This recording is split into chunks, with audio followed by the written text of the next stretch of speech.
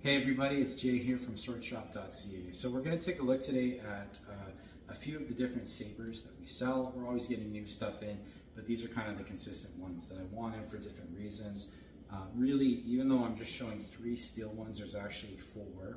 One of them is just an option with a different blade, and then there's 2 synthetics, the black fencer and the audio line. So first one I want to show you, we're going to start from like lightest to heaviest. While this is the lightest, it's only because it has a really simple hilt here.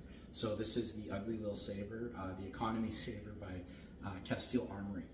What's cool about it is that it has the 20mm blade on it, so you get a good balance point for something. So this is lighter than an antique 1796 infantry sword would be. This one's only at about like 540 grams. So nice and light, but it has a fairly far out balance, and it really, I think this is the ideal one if you're going to be using a stirrup saber. It has a Castile 20mm blade, which means it's going to stand up to the heavier stuff. It will, and it'll do a good job of it, even though it's on the lighter end. The stirrup hilt, of course, it's shaped as bait after the 1796. You can see a comparison with the black fencer here, which is also a 1796 infantry sword. They were really popular, pretty cool looking. But basically, what's great about it is you can fit really any glove in it really easily. I'm not a huge fan of stirrup hilts. I'm just going to be honest with you. I'd rather have more hand protection, and I think that's ultimately why I go towards like a high level on basket hilted sword, which is not for everybody. You know, some people like partial baskets. That's what I prefer for day-to-day training. But it's really important to have some of these in your arsenal at your school, just so people can try it out. These are not very different from a medieval sword, whether that's like a falchion, a cross hilt. Some of them even had bars that came down part of the way, you know, in the medieval era, the Renaissance. You can full on, I'm using a thock actually for this demonstration because I find that or the impact resistant glove are like the most common ones that people use for saber tournaments. At home, if you're using a 20mm or a 16mm, you really could get away with a lighter glove, especially at the club. I wouldn't do that at tournament levels of force, though, so I'd probably wear like a glove similar to the thock. It feels absolutely lovely. You can move it around really quick, nimble. You can use the fingers. You have space on it for a thumb grip, and I use a large size thock, so even an XL would fit on here. There's still room at the bottom actually if you pull it down, but it's not an oversized grip, which is really nice. The hilt is a little bit oversized to accommodate grip, but it's not super oversized with like the grip length or anything. So this is a really good option. It's only $390.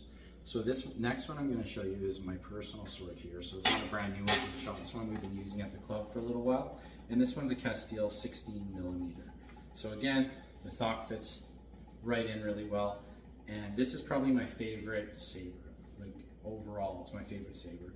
I would maybe like I have some of the handmade cold steel hilts, and I actually kind of like the Castile one better. It just has like a nice rounded look, kind of reminds me of the top of my épée, which I really love. Everything about this is awesome. It's super light. Again, it's heavier than the big ugly saber because it actually has a little bit more of a guard, some hand protection, but the blade is lighter, 16mm. So it has a fairly good balance point. You can see here the balance is brought back a fair bit, so it moves a little faster than the 20mm Ugly Little Saber, but provides more hand protection. And what I really love about it is just like the amount of flex. Like really, you could be fencing in these with lighter than your average HEMA jacket. I'll usually wear like a self-fend kernel, or sometimes I'll even switch into my Swordshop.ca with a chest protector and like an arm guard on, because you do want to protect your joints a little bit from the impact. It's harder than a sport saber, but that's, out of all of them, that's my favorite. And again, it's actually the same price as the Ugly Little Saber, so it's the same price as the strip hilt if you get the 16mm. If you end up getting the 20mm, which is slightly heavier, it'll bring the balance forward, and that's what a lot of people like for tournaments. I'll use the 16mm because we're using like a set of matched ones at my school. A lot of the students have chosen that it's lighter on the arm. There's not a huge difference between the 20mm and the 16mm. The main difference would be like what I feel comfortable kind of using it against. So you can see, let's see if I can get a little bit of a close up. This is the 20mm blade on top and the 16 on the bottom. So you can see there's a fair bit of mass difference, but near the end they taper down to the same. It's more so at like the fort. So either one of those is a really great choice. They both have lots of flex. They're both really safe. I just like the 16 because it feels like nothing in your hand. And this one's around 630 grams. I can't remember if I said. So the next one we're going to take a look at is the more expensive out of them. I believe it's not 490. It's actually 420, I believe. 420 Canadian. So what's cool about this one is it's the Krieger, has a little bit of curve. You can see this one actually has a rolled tip, which is kind of a nice feature, especially if you're not using rubber blunts at your club. We tend to use them just because a lot of the scene here grew out of the SCA, so we're pretty used to them. And I have some thoughts about them I'll share in another video that's not shop related. But what I really love about this guy, other than the cool shape of the guard and that the guard is blackened and that it's indestructible, is the grip. So the grip is really neat on all Krieger products.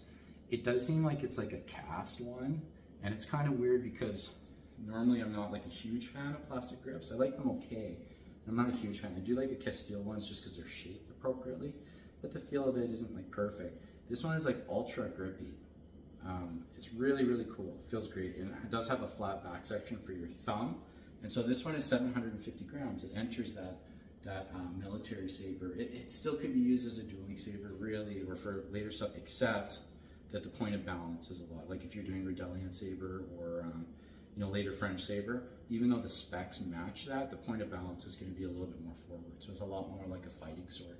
And if I were to enter a tournament against broadswords, against other heavier weapons, this is the saber that I choose. Because in a HEMA context, a lot of times these will be on the light end. I would still use them. Like if I'm used to using a light sword, I would absolutely still use them in a tournament, even against heavier swords.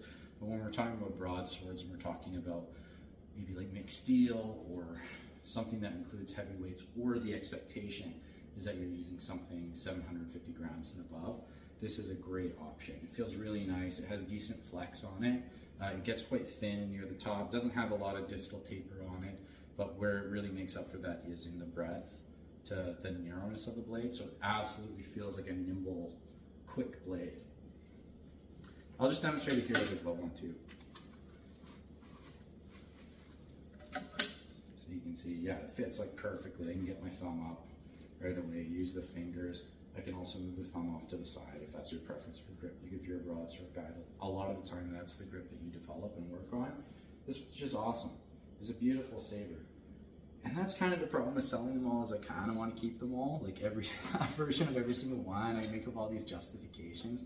You guys shouldn't have let me start a store because it's kind of messing with my head, okay? Okay, the 1796 by Black Fencer, it's 125 Canadian dollars. What's awesome about it is it feels like exactly the same as a steel one. So probably, like these two feel pretty similar. This one's a little lighter. This one's a little slower, but they change them nowadays. So they flex better, they're lighter than they used to be. And they also have a new like great plastic or nylon material that bounces a little bit less. So if you started off using these like I did, like years and years ago, they were awesome back then, and they're way, way better nowadays. So people that are running a club, people that are new to saber, people that are just starting out and may not have the gear for steel. And what I mean by that is, with this, you don't need puncture resistant material if a blade breaks. So if this snaps, right, and breaks, you don't necessarily need puncture resistant material the way that you would for steel. The only steel part of it is the hilt. So this is really, really good value. They last a long time, super low maintenance. You don't have to worry about rust on them. The only thing is just try to store them flat so that they don't take a set. But that can be fixed even if it does. And then finally, the cheapest option, which is actually one of my favorite options, is the Audio line of sabers. So if you just look at the detail there, how cool is that? So they cast it, right? And this feels awesome. It feels really similar to the Black Fencer. There's maybe a little bit more point heavy, but what people have been saying to me is the people that come over and handle them, whether they're doing a trip, going to one of our events, something like that, just to train with us, is they prefer this over the Black Fencer if they're people that do a lot of demos, because you can safely do demos in like minimal gear. So if you're a reenactor or you're a HEMA is doing kind of like a reenactment type setting where you're in minimal gear, you're just gonna wear a mask, but you're gonna wear period clothing without using something that's puncture resistant, like a Newton rated jacket, this is a safe as heck option for that. You use them responsibly. They're pretty similar to the steel in terms of whack, but if you're using these gently, you can absolutely do a very safe demo. What's cool about it is the guard flares out a little bit like that, but just the detail on it is absolutely stunning. So there's a look at 5, 6, including the 20mm option, different options for saber that we offer. So I'm all about options. You know this if you've been watching my channel for a little while or know me as a fencer, is I always buy tons of different of the same weapon all the time just to experience it, because it really changes things when you switch weapons. You use an appropriate, a period appropriate training tool. Yeah, I usually in my day-to-day training, because I'm training 5 days a week, I like to use a lighter option so it's easier on my body. That said, I love having some heavy, like authentic, like really, even on the heavy end of the spectrum swords, just to see how they move, using late actions or not using them, how it changes the dynamic of the fight, even just like that wow factor or fear factor when you're fencing somebody, hit them gently with the heavier ones. But all of these are great day-to-day training tools. I would recommend any one of them, and I had tried all these prior to purchasing them, because I really believe in the product. So I wish you happy shopping. Thanks for watching the video.